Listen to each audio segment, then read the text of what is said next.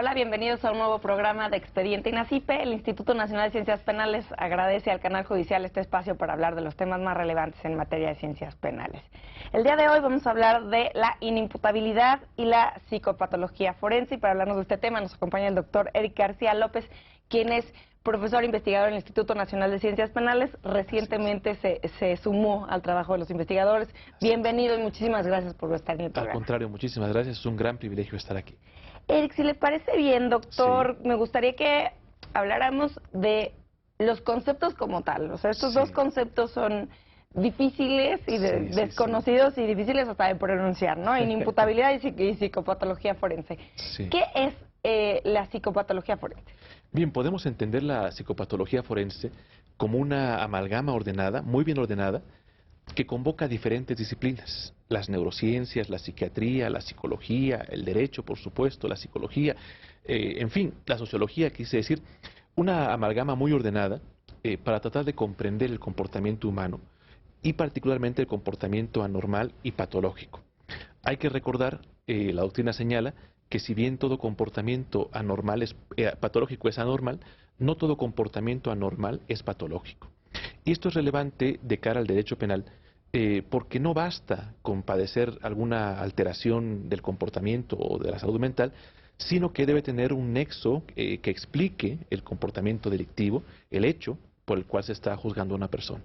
En síntesis, la psicopatología forense es una disciplina de amalgama, decíamos, que acude al llamado de los tribunales de justicia para tratar de explicar a los jueces los porqués del comportamiento de la naturaleza humana.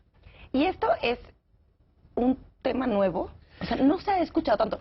Sí. Por lo que usted nos explica, es una gran herramienta que Sin podría duda. tener el sistema de justicia penal, Sin duda. pero no es tan conocida ni se ha escuchado tanto. ¿Esto quiere decir que es algo nuevo?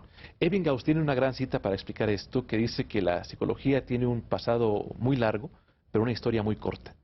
Y tiene relación con lo que usted acaba de decirnos. En efecto, no es algo tan nuevo. De hecho, si rastreamos antecedentes históricos, podemos encontrar, por ejemplo, en el digesto, en el ámbito romano, una máxima que decía furiosi nulla voluntat est. Esto quiere decir que el loco no tiene voluntad. También en este contexto del derecho romano se aludía a que no deberían tener sanción penal porque, decían ellos, suficiente sanción, suficiente castigo es la locura. Entonces, no es un concepto tan novedoso.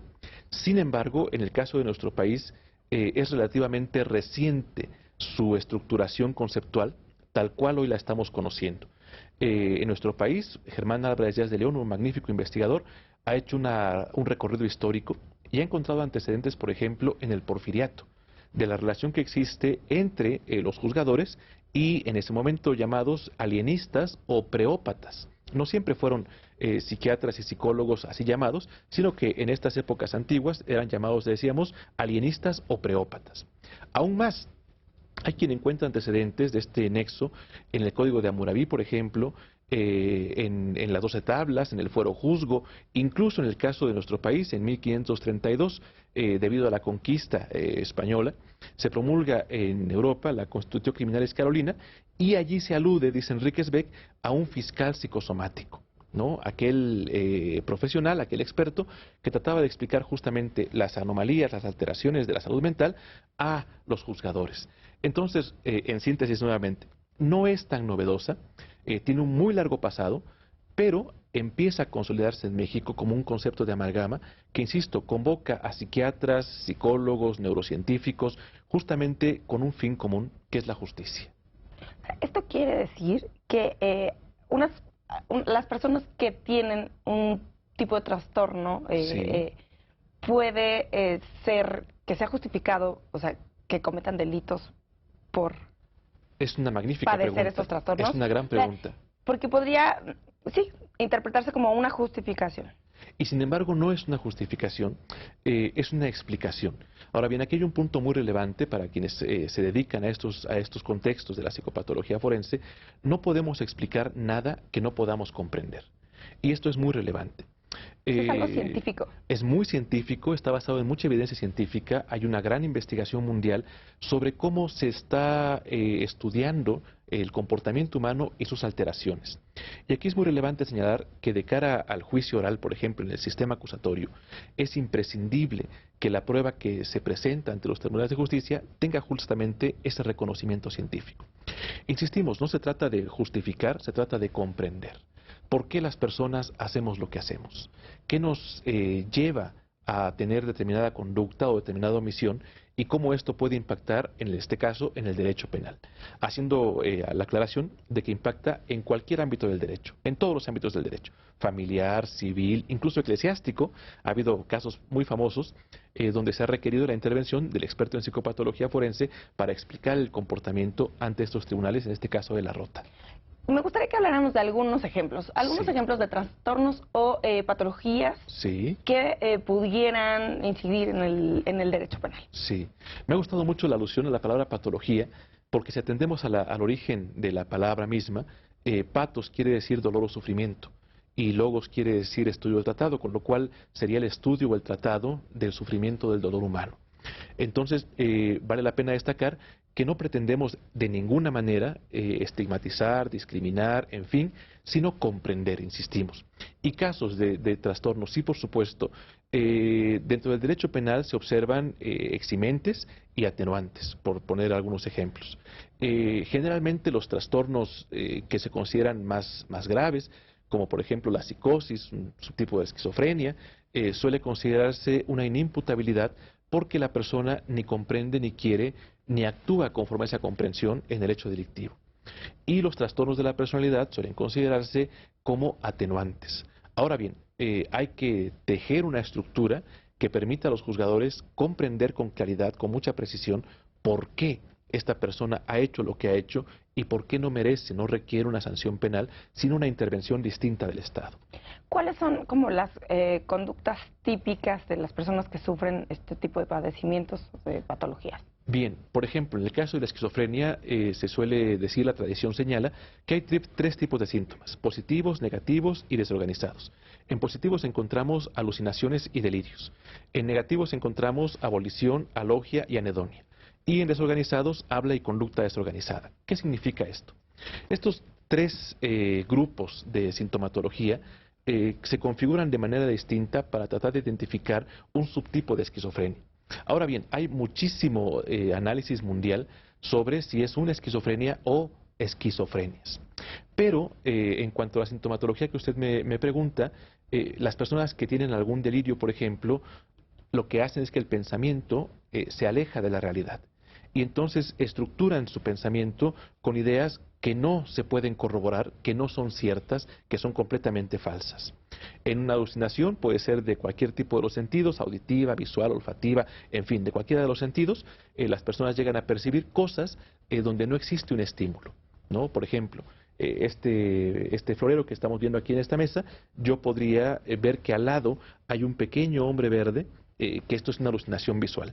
Podría percibir, por ejemplo, putrefacción en mis órganos internos. Esto es un delirio de Cotard, por ejemplo, donde la persona tiene un delirio en el que piensa que se está muriendo y huele la putrefacción de sus órganos internos. Entonces hay diferentes tipos de alteraciones, diferentes tipos de trastornos con nombres muy particulares que configuran con base en estos síntomas. Hay que recordar, perdón por extenderme un poquito, que la doctrina señala que la psicopatología general es el conjunto de signos y síntomas que al covariar significativamente entre sí dan lugar a lo que llamamos cuadros clínicos o síndromes.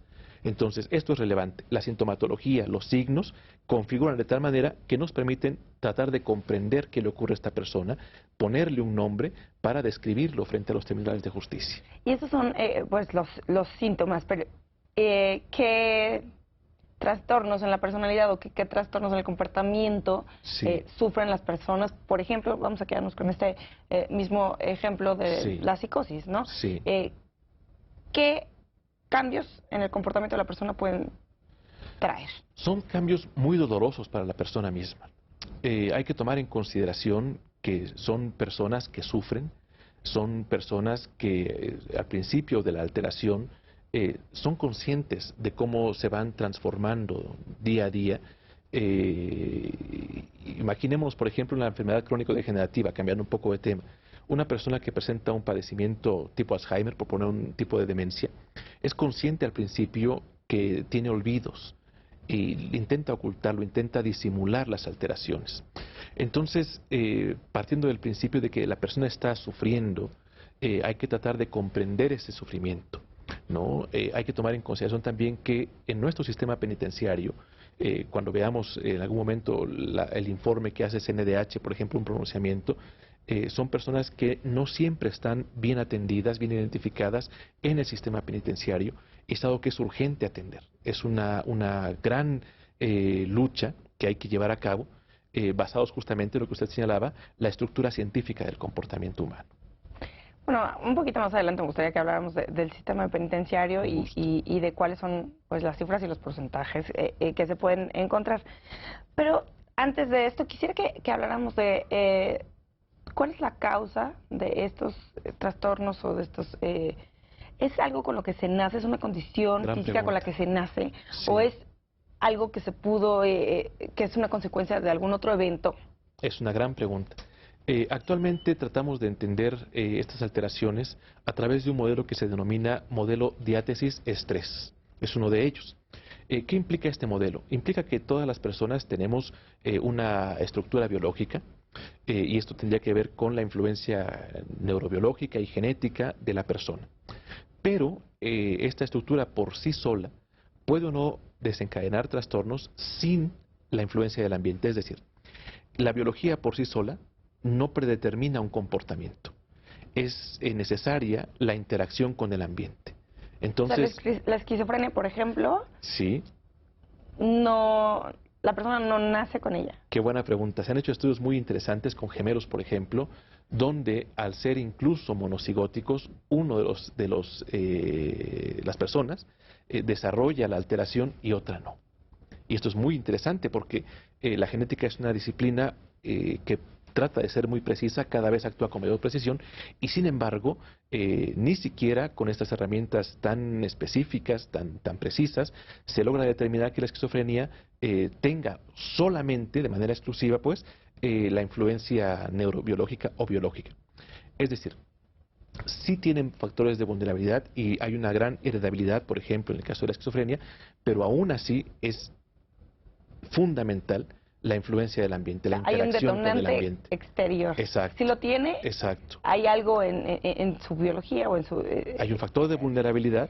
pero ¿no? que se detona por algún factor externo. Exacto, a eso se refiere el modelo de diátesis-estrés, ¿no? Tenemos unos factores biológicos, pero estos factores deben interactuar con el ambiente, ¿no? Es decir, pues, esta idea muy antigua del criminal nato que planteaba en su momento César el Hombroso, Sí. hoy en día, dígame. Es que dígame. al hablar de este tema, Sí. me remonta a algunas de las teorías del Lombroso, ¿no? Claro. Es decir, bueno, donde decía que eran rasgos físicos lo Así que es. podía determinar si una persona podría ser delincuente o no. Y aquí, pues, no son físicos, Así es. pero sí son componentes químicos, podríamos decirlo así, ¿no? Y sin embargo, este es un gran punto de que usted toca, porque justamente debemos concientizar a la población de que esto no es un neolombrosianismo, ¿no? ¿A qué nos referimos?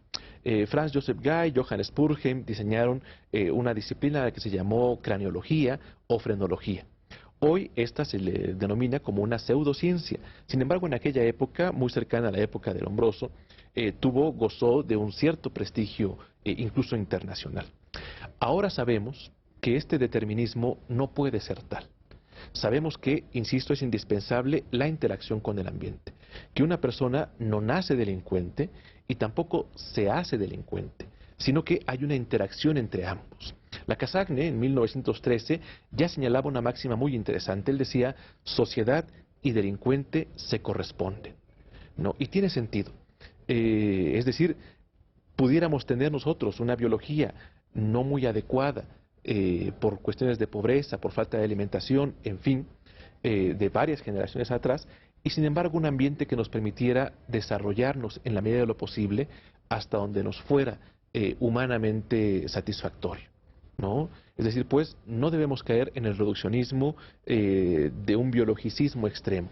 Es indispensable la interacción con el ambiente para el desarrollo de las alteraciones mentales. Eric, tenemos que hacer un una pausa, pero me gustaría que regresando del corte nos platicaras si existen factores 100% externos, porque me dices, bueno, no son 100% biológicos, pero habrá algún accidente o algún evento que haga que estas patologías o estos trastornos sean 100% causados por algún factor estresante. Sí, factor externo o algún accidente, algún golpe, algo por el estilo. Tenemos que hacer una pausa y regresamos con este tema tan interesante. El auditorio, por favor, continúen con nosotros. Estamos en Expediente INACIPE. Gracias por continuar con nosotros en Expediente INACIPE. Les recuerdo que pueden estar en contacto con nosotros a través de las redes del canal judicial que aparecerán en sus pantallas a lo largo del programa y también en nuestro Twitter que es @expediente_. Queremos saber sus comentarios y sugerencias para nuestros programas, en especial para el programa del día de hoy, que es muy interesante y complejo, yo lo podría llamar así, que hablamos de la inimputabilidad y la psicopatología forense. Doctor Eric, antes de irnos a la pausa, yo le dejaba abierta la pregunta de si existen factores externos o situaciones externas que puedan causar este tipo de trastornos o de patologías. Sí. Esto comparándolo o diferenciándolo de este mix que es lo ambiental con lo biológico que puede causar las patologías, que ya nos explicaba en el bloque anterior, pero ¿existe algo externo que pueda causarlas también? De veras te lo digo, es una excelente pregunta porque nos permite conversar sobre un caso que es muy conocido en el ámbito de la psicopatología forense y de las neurociencias. Y es el caso del señor Phineas Gage. Phineas Gage era un capataz estadounidense, un hombre muy ecuánime, muy responsable, un buen trabajador, querido, respetado por sus compañeros, y un día tuvo un accidente muy dramático. Explota por un descuido, hay pólvora junto a herramientas y una barra de hierro consigue atravesarle justamente por dentro del cráneo, rompe el cráneo, sale completamente disparada a varios metros de distancia y eso implica que se lleva una parte importante de masa encefálica. Lo fascinante de este desafortunado evento para Phineas Gage, ilustrativo después para la ciencia, fue que esta persona sobrevivió. Sí, es increíble. Es fascinante. Y además esto permitió observar un cambio dramático en el comportamiento de la persona, ¿no? Porque aparte tuve la oportunidad de ver alguna presentación de su trabajo y Sí. o sea, no era algo pequeño, era un tubo muy grueso. De hecho está conservada la barra. Entra y sale por su cráneo. Es correcto. Y este hombre sobrevive a ese evento traumático, sufre un traumatismo craneoencefálico muy grave, un daño cerebral importante, sobrevive y sin embargo, dice la literatura, ese hombre ya no es Phineas Gage, ¿no? De haber sido una persona, decíamos, responsable, ecuánime, educada, respetuosa, en fin, se convierte en una persona descuidada, incluso a veces grosera, pendenciera, en fin, cambia su comportamiento. ¿Y por qué cambia? Es la pregunta central. Ahí se pudo observar esta idea de la localización de las funciones cerebrales. Porque la parte que resulta alterada es la parte frontal del cerebro y Alexander Luria, el gran neuropsicólogo ruso, ha llamado a estas las funciones más humanas del cerebro, las funciones ejecutivas. Y estas funciones ejecutivas, hoy sabemos, se encuentran en la estructura frontal de nuestro cerebro y permiten planificar, inhibir comportamientos, en fin, comportarnos de manera social. De alguna forma, ahí residiría la voluntad, vamos a llamarle así. Sin que hagamos... Se encuentra muy focalizado en el cerebro, cuáles son las partes que pues son las responsables del comportamiento social, por ejemplo. Exacto, en la frente, exacto. Sin caer en el exceso del localizacionismo, sí señalar que allí es donde se ha encontrado una correlación importante entre esta planificación y la inhibición, que Phineas Gage pierde. Sin embargo, podía platicar y podía comportarse como una persona normal. Así es, así es. Pierre Paul Broca, Wernicke, todos estos investigadores del lenguaje habían encontrarían alteraciones en otra parte cerebral. Pero la parte que perdió Phineas Gage es la parte que, insisto, Luria decía, nos hace más humanos, ¿no? Y Phineas Gage tiene una vida después bastante triste, porque se convierte en un hombre de espectáculo, un hombre de feria. Lo utilizan para mostrarlo como sobreviviente de aquel evento traumático. Esto ha ido cambiando con el paso de los años, pero todavía nos queda mucho trabajo por hacer en lo que respecta a estigmatización, por ejemplo, de las alteraciones de la salud mental. regresando a la pregunta. Y en este caso estamos hablando de un accidente pues, Exacto. muy grave, Así muy aparatoso y bueno, una situación muy extraña que haya sobrevivido. Así es. Pero existen otro tipo de accidentes Es correcto. menores Así que es. sí pueden Alterar el generar comportamiento, sin duda. alteraciones del comportamiento que sean causa de que se vuelvan o no unas personas que puedan Cometan un delinquir. hecho delictivo, ¿no? Sí, hay que tomar en consideración también un punto muy relevante. Ver en dónde está la relación con la Así es, delincuencia. así es. Ujú. Hay que tomar un punto también en cuenta, decíamos, muy relevante, que es que las personas con alguna alteración mental no cometen más delitos que el resto de la población sin esta alteración. Lo que ocurre es que a nivel sociológico parecen llamar más la atención. También nos permiten, de alguna manera, tranquilizarnos como si pudiéramos pensar que ha sido otro el que ha cometido el hecho delictivo. No es como nosotros. Y esto es un error importante porque, en realidad, son nosotros. Solo que presentan una alteración en el comportamiento y en su salud mental. Volviendo a la pregunta, sí puede haber alteraciones, por ejemplo, donde una persona sufre un traumatismo, una caída, un traumatismo craneoencefálico, no tan dramático como el de Phineas Gage, pero sí de un impacto suficiente para, por ejemplo, generar alteraciones en la memoria, ¿no? Y presentar amnesia, paramnesias, hipernesias, confabulaciones, en fin. Conductas violentas. Sí también, por ejemplo, cuando una persona se golpea la parte prefrontal del cerebro, llega a tener dificultades para inhibir comportamientos primarios. ¿Cuáles son los comportamientos primarios? Bueno, son el área 10 de exploración psicopatológica y son conducta alimentaria, conducta sexual, conducta agresiva, sueño y conducta excretora, ¿no? Entonces, estas funciones de nuestro organismo se pueden ver alteradas e insistimos, la parte límbica del cerebro, lo que tiene que ver con la zona amigdalar, por ejemplo, la estructura amigdalar del cerebro, lo que está vinculado a las emociones, tiene menos frenos para expresarse, ¿no? Y esto puede implicar, pues, conductas que no son socialmente aceptables. Bueno, partiendo de que también pues todas las legislaciones están reguladas por conductas socialmente aceptables. Así es. Esto llevamos dos puntos, ¿no? Sí. La parte biológica mezclada con la El ambiental. ambiente, sí. Algún accidente o algún golpe, algún traumatismo craneoencefálico que pueda Sí. causar esto. Pero me gustaría que habláramos de alguna situación de el uso de sustancias que te puedan afectar también el comportamiento. O sea, ya no Sí. es un accidente, ya no es un golpe en el cerebro, sino la lesión que le puedes causar al cerebro por el uso de drogas, por ejemplo. Sí, es correcto. Ahí ya entramos en un nivel todavía más complejo, porque tiene que ver con los neurotransmisores. Las sustancias tóxicas generan alteraciones, por ejemplo, en la recaptación de dopamina, ¿no? Las sustancias tóxicas, sí hay una correlación entre el consumo de la sustancia y el cambio en el comportamiento, ¿no? Dependiendo del tipo de sustancia, se van a generar distintas alteraciones, tanto comportamentales como, por ejemplo, del pensamiento, de la percepción.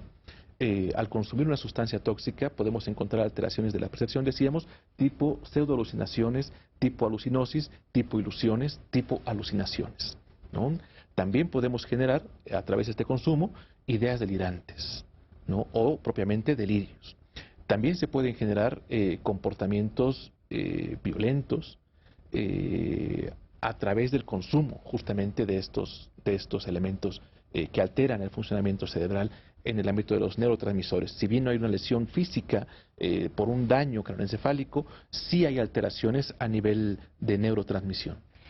Ahora, hasta aquí voy a dejar el tema de los trastornos y patologías para darle lugar a la inimputabilidad. Sí. Y al final los vamos a volver a unir. Sí. ¿Qué es la inimputabilidad en México? ¿Cómo está Sí. legislada o en dónde se encuentra la inimputabilidad? Creo que es uno de los grandes temas del derecho penal que han tenido una discusión muy larga. El doctor Sergio García Ramírez dedica un libro precioso a este tema, donde nos muestra los planteamientos de Antolicey, de Alessandro Barata, de Luis Jiménez de Azúa, en fin, lo que en aquella época este libro se publica, se reedita en 1981, pero ya antes había tenido una edición previa, donde se discutía justamente esto, y es un tema de los más relevantes, creo yo, que hay en el derecho penal, también de los más difíciles de abordar. ¿Qué implica, dice el maestro García Ramírez? Bueno, implica elementos que son propios de la psicopatología, de la psicología, como la cognición y la volición, ¿no? Pero además, actuar conforme a esa comprensión. Esto tiene que ver con la voluntad, ¿no?, de querer hacer algo o de no hacerlo, la capacidad de comprender lo que estoy haciendo y, en el caso concreto del ámbito penal, que comprendo la ilicitud de mi conducta. Entonces, insisto, es un problema, es un concepto muy, muy complejo que se ha venido discutiendo a lo largo de los años y que tiene elementos constitutivos, ¿no? Insistimos, desde el punto de vista de la psicopatología forense, la importancia de la cognición, es decir, los procesos mentales propiamente dichos, memoria, atención, pensamiento, entre otros, cognición social, incluso algunos autores recientes lo incluyen, cognición social, y la volición. ¿Condición social? Cognición social, cognición, ¿no? Cognición social, sí, claro. esta habilidad humana para comprender a otros. Tiene que ver también con algo que se llama teoría de la mente, ¿no? Cómo somos capaces nosotros en este instante, por ejemplo, de interpretar lo que el otro está pensando a través de la mirada, a través de distintos gestos, en fin. Y de esa manera nos comportamos, de esa manera interactuamos. Y por supuesto el otro elemento fundamental, la volición, ¿no? Que si recordamos el caso de Phineas Gage, la volición está muy vinculada a la parte orbitofrontal del cerebro. Y por supuesto actuar conforme a esa comprensión, ¿no? Es decir, no basta con comprender, con querer, sino además hay que actuar conforme a esa comprensión. Entonces, la inimputabilidad tiene que ver totalmente con cuestiones cerebrales. Qué interesante pregunta. Diríamos que sí. Diríamos que sí. Mire, la inimputabilidad es un concepto propiamente jurídico que implica la no responsabilidad, ¿no?, del hecho delictivo. Pero en este desarrollo de las neurociencias, en Estados Unidos, por ejemplo, se ha acuñado una frase que dice, "My brain made me do it". Es decir, yo no he sido, exacto, ha sido mi alteración cerebral. Aquí se va a reeditar aparentemente, Ezequiel Mercurio, un neuropsiquiatra forense argentino, dice que estos debates son nuevas soluciones para viejos problemas. Y es verdad, tiene toda la razón. Maffioletti, un psicólogo forense chileno, dice que además esto brinda, junto con Lorena Contreras Taibo, brinda la oportunidad de dialogar con el derecho.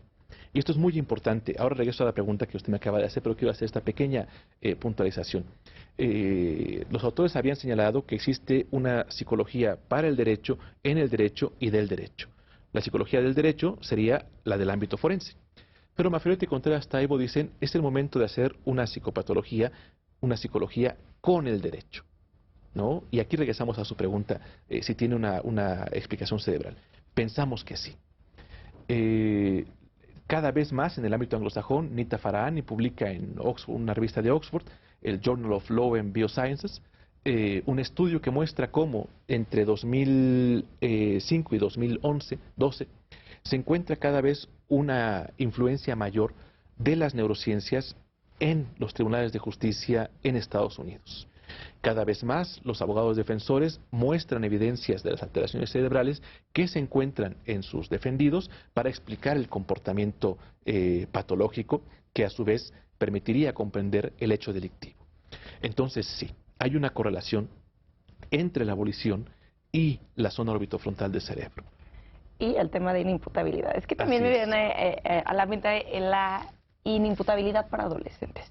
También es una cuestión que tiene que ver con el cerebro. Es fundamental. Es un tema que se escucha como más comúnmente en el sistema, o se ha escuchado a lo largo de la historia del sistema de justicia penal en México, más pues razones de inimputabilidad por ser un adolescente que por padecer cualquier tipo de trastornos. ¿Por qué los adolescentes son considerados inimputables? Y si siempre son considerados inimputables. Es fundamental, es una magnífica pregunta. En el caso Roper contra Simmons en Estados Unidos, la Corte Suprema de Estados Unidos convocó a la American Psychological Association, la famosa APA, la Asociación de Psicología Americana, para preguntarle sobre este caso en particular por la sanción de pena de muerte. Y la APA envió un documento muy bien fundamentado donde explica por qué razones el cerebro de un adolescente no tiene el desarrollo cognitivo ni volitivo para ser sancionado con tal intensidad por el sistema penal. Y esto es fundamental. De cuando en cuando, ante un caso muy mediático donde un adolescente se ha visto involucrado en un hecho violento, suele reclamarse, y aquí se ejerce una demagogia penal, suele reclamarse mayor sanción para los adolescentes. Y esto es un gran error. El cerebro del adolescente no está completamente estructurado, no es neurobiológicamente capaz de tomar decisiones como sí pueden serlo en el desarrollo de un adulto. Que también es por eso, digo, llevándolo al sistema de justicia, que hay una ley nacional integral del sistema integral de justicia penal para adolescentes. Así es. Y así debe ser. Nosotros no podríamos estar de acuerdo, de hecho nos opondríamos, si alguien propusiera reducir la edad penal. Antes bien, habría que discutir si no habría que aumentar la edad penal. Y hay que tomar en cuenta distintas situaciones, volviendo al tema del ambiente. El ambiente es muy importante para explicar el comportamiento delictivo. Bartol y Bartos, dos autores muy relevantes en Estados Unidos, han publicado en un libro que se llama Comportamiento Criminal, una perspectiva psicológica, el modelo de riesgo acumulado. Por nuestra parte, nosotros en Psicopatología Forense, Comportamiento Humano y Tribunales de Justicia, hemos señalado justamente los factores de vulnerabilidad que deben ser tomados en cuenta al momento de tratar de comprender el comportamiento de una persona que ha cometido un hecho delictivo. Es decir, este comportamiento tiene razones, tiene causas. ¿Por qué ha ocurrido así? Y muchas veces estas causas están vinculadas a justamente la responsabilidad del Estado para proveer a sus ciudadanos de una equidad de oportunidades, que no siempre tenemos. Bueno, es como mucho más complicado que solamente tener una patología. Así es. Quisiera que nos compartiera de la población, del grueso de la población penitenciaria en México. ¿Se tiene detectado o medido qué parte de la población sufren o han sufrido, sufren algún trastorno? Es uno de los temas más pendientes que tenemos y más urgentes de atender. La Comisión Nacional de Derechos Humanos publicó un pronunciamiento en el año 2016 donde muestra algunos datos, unas gráficas específicas a nivel nacional en inimputables y personas con discapacidad psicosocial y cómo están estas personas en el sistema penitenciario. Por su parte, el Instituto Nacional de Psiquiatría, a través de la doctora Mariela Medina Moras, la doctora Corina Sheget, entre otros grandes investigadores, a principios de los años 2000 publicaron un estudio donde identificaban varias alteraciones mentales en esta población. Aunado a esto, debemos decir que es muy urgente brindar atención a estas personas. Hay muchos estudios que muestran que la prisionización puede generar o agravar alteraciones de la salud mental. Y es comprensible. El entorno no es el más adecuado.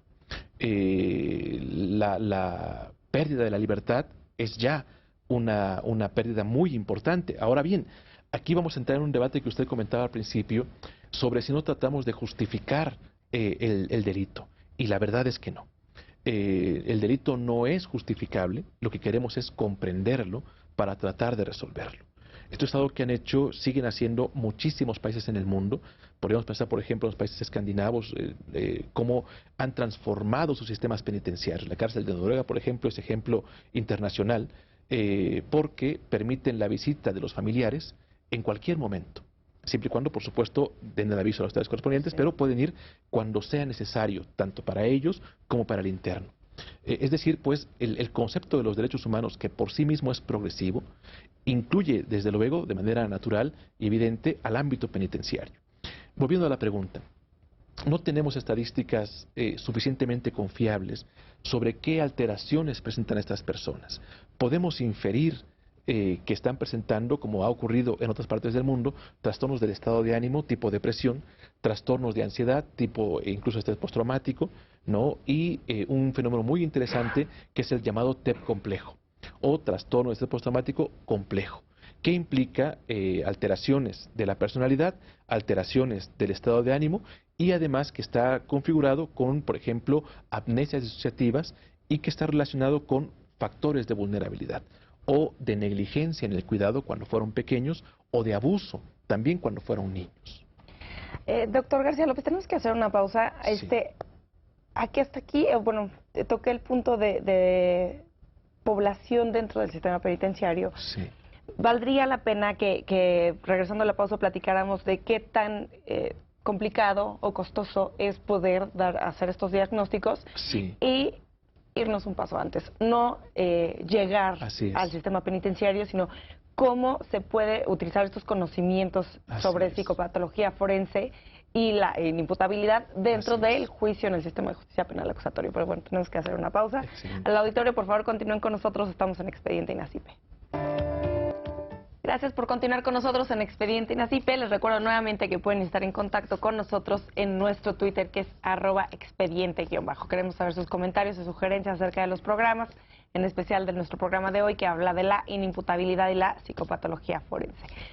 Doctor Eric, antes de irnos a la pausa, dejaba abierta la pregunta de qué tan difícil, qué tan complicado, tanto como en los procesos como en tiempo, es poder detectar este tipo de trastornos o de patologías, y qué tan caro para poderlo utilizar, por ejemplo, en el sistema penitenciario o en juicio, en la etapa de juicio, que es muy importante y es pues como lo novedoso. Sí.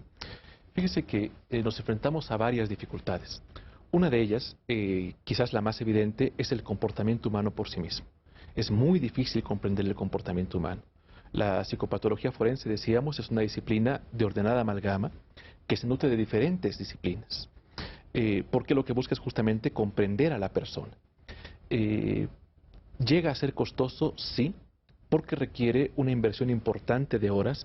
Hay que aplicar una entrevista semiestructurada con una serie de procedimientos y procesos, y además instrumentos que nos permitan sustentar ante los jueces por qué estamos diciendo lo que estamos afirmando. Es decir, no podemos partir de inferencias personales. Claro, no sé, que no se preste a interpretación. Así es. No podemos partir... algo meramente científico. Es correcto, tampoco de principios o criterios de autoridad. Debemos partir de sustentar nuestro informe ante los jueces con evidencias. Estamos hablando de no podemos permitir. ¿Quiénes? ¿Cómo se llaman ustedes? ¿Quiénes son? ¿Son peritos en qué?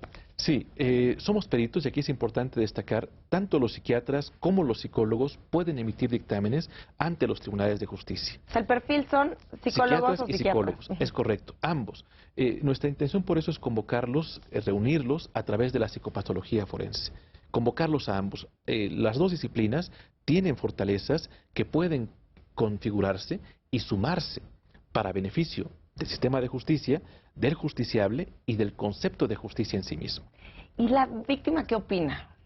La víctima es parte de la psicopatología forense, y nosotros entendemos, por ejemplo, puedo comentarle un caso muy reciente que acabamos de tener en juicio oral, donde justamente tomábamos en mucha consideración, de manera fundamental, el papel de la víctima. Hay que tomar en cuenta además que hay técnicas, procedimientos muy relevantes, como por ejemplo la justicia restaurativa. Muchas de las víctimas que han sufrido un delito tienen una pregunta central que se convierte en una idea incluso obsesiva, que es ¿por qué? Y este por qué, esta razón, no hay nadie que se lo pueda explicar de manera contundente y clara, sino el agresor. La justicia restaurativa implica la conjugación de tres elementos: víctima, agresor y sociedad. Somos corresponsables del hecho delictivo. Entonces la víctima, si tomamos en consideración las herramientas de la psicología jurídica, de la psicopatología forense, del neuroderecho, tendrá incluso una atención más integral que permita justamente alcanzar ese proceso de reparación, que a su vez, si tomamos en cuenta lo que señala la Corte Interamericana de Derechos Humanos, contribuya a esa recuperación del proyecto de vida, ¿no? Debemos superar viejos criterios que han quedado superados justamente por los avances científicos. Es que justo estos avances científicos y la adhesión del tema de las neurociencias en el sistema de justicia penal podría parecer para muchos cosas del futuro, cosas que no son reales, que no son cosas abstractas.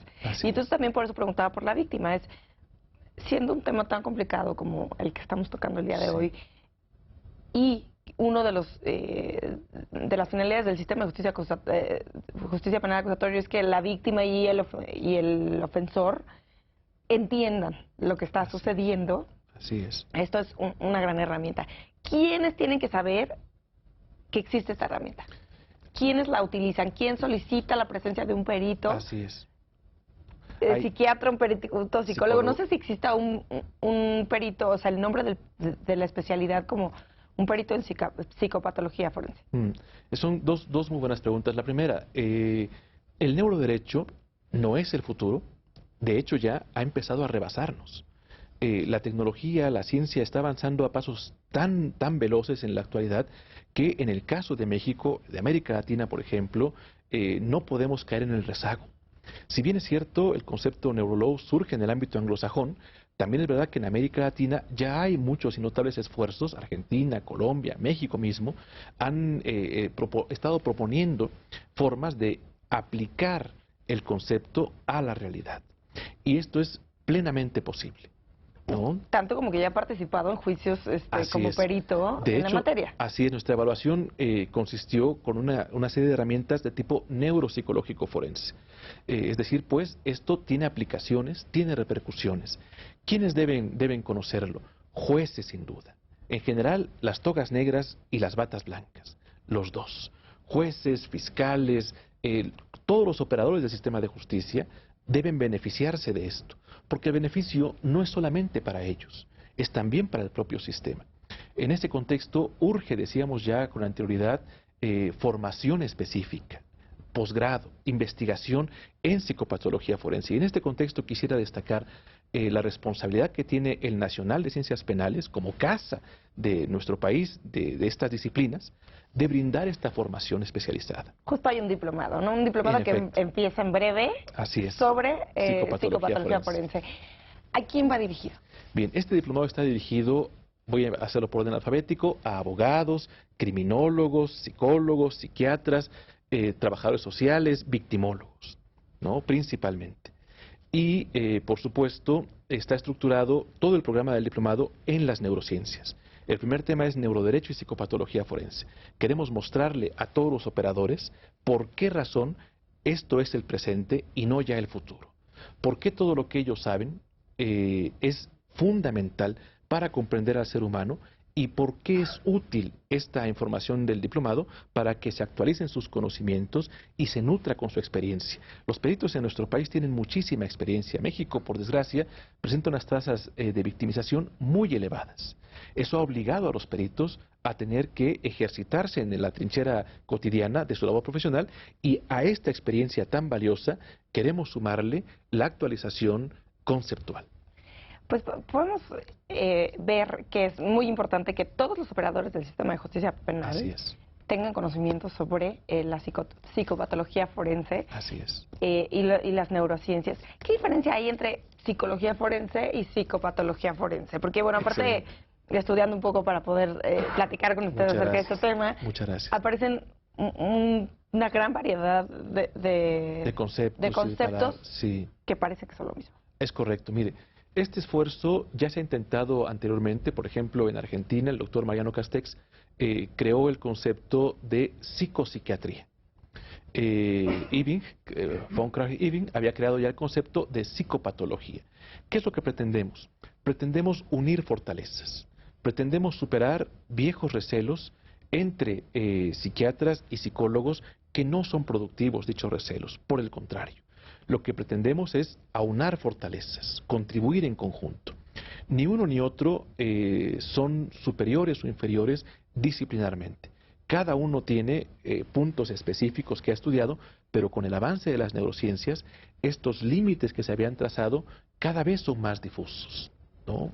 Por ejemplo, hay un viejo adagio que dice, un psiquiatra es un médico que ha estudiado medicina y no la ejerce, y ejerce la psicología y no la ha estudiado. Esto, desde luego, es erróneo. Un psiquiatra y un psicólogo ambos estudian psicopatología. Entonces, ¿cuál es la diferencia? La diferencia es la conjunción, la amalgama ordenada. Cada uno con su formación de origen se conecta, se comunica en este vaso que le sirve a ambos, basados en las neurociencias. Y esto, creo yo, es nuestra opinión de varios colegas en Argentina, en España, fortalece al sistema de justicia. Es que por lo que estamos platicando, la psicopatología forense y las neurociencias no solo se aplican para algunos tiempos en el sistema de justicia penal. O sea, Así no es. solamente en juicio, que bueno, es muy importante por lo que acabamos de ver, mencionábamos también en el sistema penitenciario, Así es. pero también podría ser en la prevención, Totalmente. que quisiera que me dijeras cómo poder Sí. aplicar las neurociencias en la prevención del delito Sí. y ya en el periodo de ejecución en la reinserción social. Totalmente. El comportamiento humano está, incluso hay quien señala que, dicho de una manera, dice aún dicho de manera hiperbólica, dice el autor Muñoz Sabaté, el derecho no es sino una parte de la psicología. ¿No? Dice este autor, es un abogado, es un doctor en derecho catalán. El comportamiento humano, su estudio científico, tiene intervención en todos los ámbitos del derecho. En prevención, por supuesto, ¿cómo se aplicarían las neurociencias? Vamos a poner casos concretos. Nuestra impresión es que, por ejemplo, en el caso de jóvenes infractores, muchos de ellos provienen de familias con muchas dificultades, financieras, psicosociales, personales, de muchas naturalezas. Esto les impide a ellos tener modelos en los cuales aprender una conducta prosocial y por el contrario lo que ven con mucha frecuencia en sus casas es violencia intrafamiliar. No tiene que ser física, puede ser verbal. Cómo le hablan, cómo se comunican los padres frente a los pequeños debido, insisto, a las adversidades que enfrentan estas familias. Este modelo con el que ellos van creciendo puede modularse, porque esta influencia afecta al cerebro. Lo que están haciendo en el cerebro de estos niños es generar modelos cognitivos de comportamiento social. Esto puede modificarse. Y La aquí nos neurociencia, sumamos otra causa Así de es. estas patologías, ¿no? Que así es. Y la alimentación. La alimentación tiene una correlación importante con el desarrollo del organismo cerebral, que a su vez le va a generar vulnerabilidad en su proceso cognitivo. Entonces, hay muchísimos estudios que muestran cómo las neurociencias pueden impactar en la prevención desde manera muy temprana, incluso antes del nacimiento. ¿Y ya se está utilizando en México las neurociencias como prevención del delito? Porque aparte el tema de prevención es un tema que no solo las instituciones del Estado, sino muchas organizaciones de la sociedad civil lo traen como bandera. Es algo que todos coinciden en que es prioridad, pero sin embargo es también algo, podría parecer abstracto. ¿Cómo prevenir? ¿Qué es prevención? Ya se Sí. está utilizando los conocimientos de neurociencias para prevención. Hay algunos estudios que se han hecho, por ejemplo, en la Facultad de Psicología de la UNAM, Fey Ostrowski y su equipo de investigadores han llevado estudios al interior de la prisión. María Ampudia Rueda también ha trabajado en ese ámbito. En fin, hay varios investigadores que lo están llevando a cabo, pero de manera estructural todavía no. No Y hay en el caso esfuerzos de aislados. reinserción social, ya no sistema penitenciario, sino Sí, hablar de reinserción social, sí, ¿cómo se aplican? Bueno, no Sí. puedo dejar de mencionar a Gerardo Lavea, que si es por que supuesto. si a alguien que delinquió se puede comprobar científicamente que lo que le faltó fue Exacto. oxitocina, o no sé, perdón, Sí. no conozco las sustancias, puede decir Sí. que tal, alguna cosa que no esté bien, es decir, bueno, pues entonces en vez de gastar tanto en el sistema penitenciario, buscar la reinserción social de otro tipo, pues le inyectas, ¿no? Me llama mucho la atención cómo lo plantea Gerardo. Es un planteamiento muy provocador, Y, sin duda. y entonces te ahorras millones de pesos Sí. y esta persona sale de prisión reinsertada. Aquí vale la pena hacer, creo yo, 3 comentarios al respecto del suyo. Primero, festejo que un abogado tan reconocido como Gerardo Laviaga analice este tema, lo proponga, lo ponga en el centro de la mesa para discutirlo. Es muy relevante que los juristas abracen estos conceptos que en principio parecerían ajenos a ellos. Él estudió Derecho, no ha estudiado Neurociencias y sin embargo ha cobijado el concepto y lo está poniendo, y eso es algo muy relevante, poniendo sobre la mesa para la discusión nacional y latinoamericana. Segundo, en la actualidad, un error que hemos cometido muy grande los psicólogos que hemos trabajado en ámbitos de internamiento es que pretendimos en algún momento de la historia reciente cambiar la personalidad. Y esto no es correcto. Aquí entramos en el intenso debate también entre derecho de acto y derecho de autor, derecho de autor, perdón. No hay que cambiar la personalidad, cada uno es como es, pero hay que brindar atención que permita a estas personas disponer de conductas que les permitan tener un desarrollo social. Y esto se puede lograr a través justamente de las neurociencias, de la neuropsicología. inhibir comportamientos automáticos, modelar estructuras cognitivas prosociales, tratar de comprender la empatía. La empatía, las emociones, son una base principal de nuestro comportamiento. Las emociones son fundamentales para el derecho. En los próximos años, yo estoy convencido de que no habrá abogados ya que piensan que saben derecho sin saber sobre emociones. Y esto que estoy diciendo puede ser muy provocador para mis colegas juristas, abogados del derecho, pero es la verdad.